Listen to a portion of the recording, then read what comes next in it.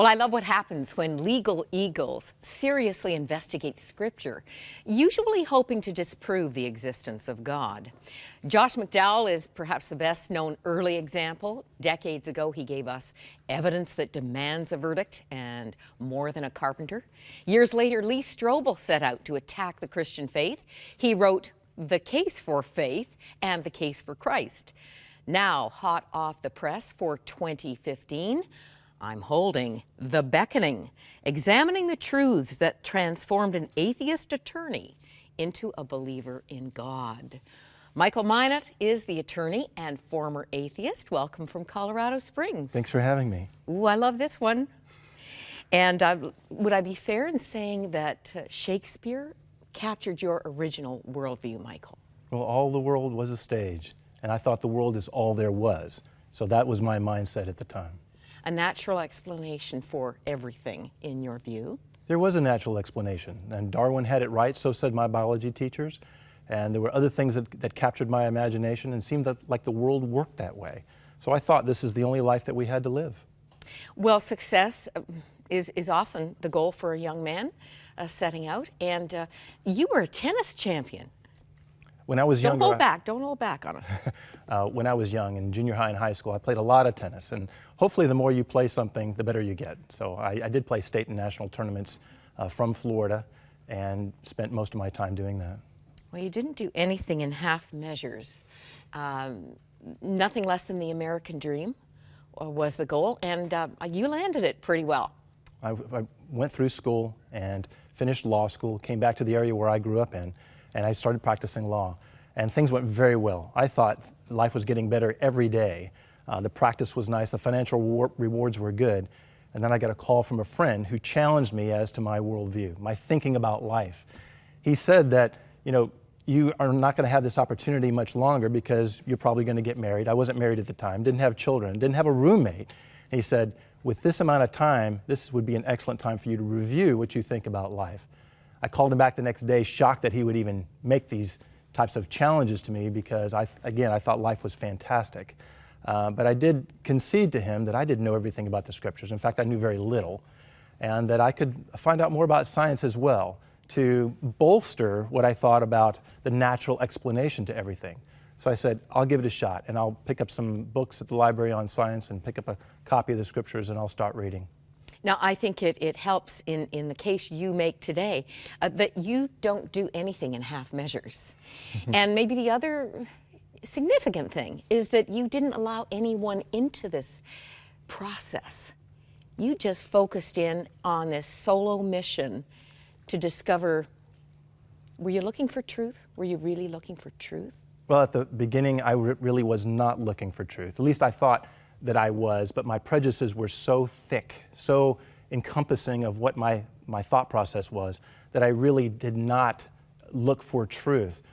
In fact, I had to have a self-conversation about that and try and peel back my prejudices so when I read something, it could stand for itself. The evidence could speak for itself.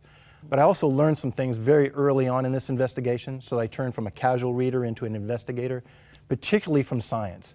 I learned from elementary school that the planets circulate or orbit around the sun, but I never paid attention to how precise that system really is and how each planet had the exact size, traveling at the exact speed, at the exact distance away from the sun, so that they would perpetually orbit around the sun, as opposed to flying off into the galaxy or spinning into the sun.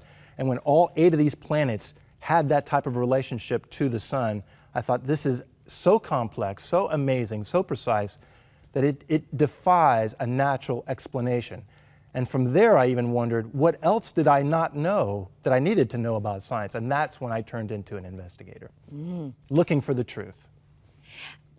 You are an example of perhaps many today who don't really take time to reflect. I'm trying to keep things confidential here, but someone very close to me is a very successful businessman. He gets to fly to his business meetings and so on. And I remember trying to share the gospel with him, and he as much as said, look, there's no felt need, so you're whistling into the wind. You might as well quit now.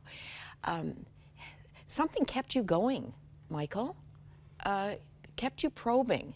And I'm just so thankful that you did stop, I know you are, and take time to investigate this instead of just going on in what was a very successful career path. Yes, thank goodness for my friend. Thank goodness that he gave me a call. And it was that unique period of time of life that I was describing a moment ago. And thank goodness that something shocked me or jolted me into believing that I needed to pursue this further. I mean, casual reading, coming home after the end of a work day and reviewing something about science or reading the scriptures and just thinking I'm going to check off a box and call my friend back and say there's nothing here for me. But there was a few very quick and early type of experiences whereby I was jolted about something that I had never considered before, and they kept coming. The more I read, the more I kept going into new directions and finding more truths that I hadn't considered.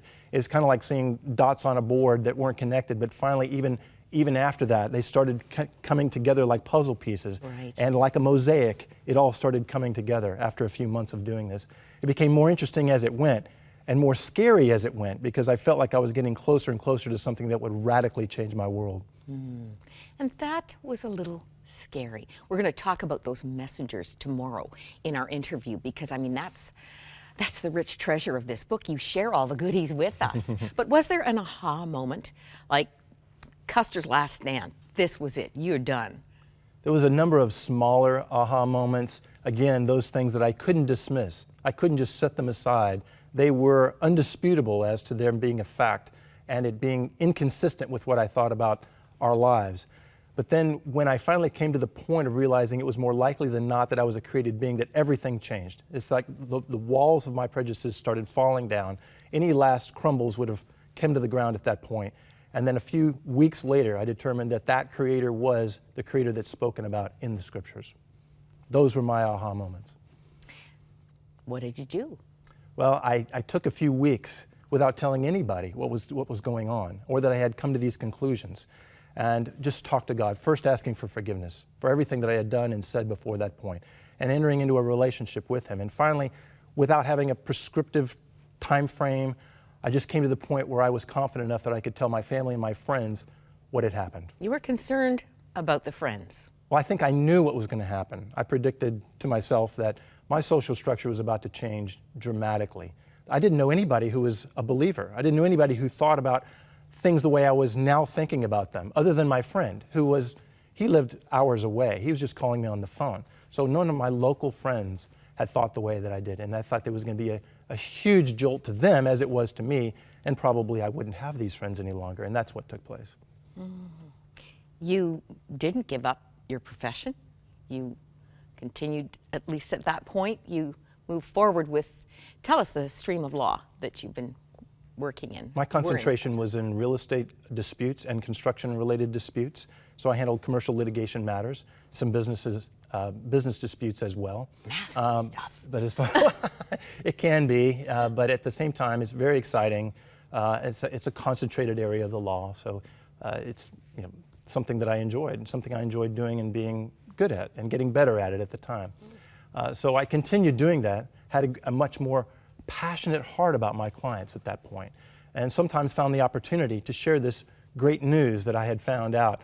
But for the most part, the practice of law didn't change too much. I still had a business to run, still had to appear before judges and prepare for hearings and trials and things of that nature. And so that part didn't change. You made a wise decision to become part of a church family. You lost some of the friends, I'm sure there was some alienation there, but you weren't left out in the cold.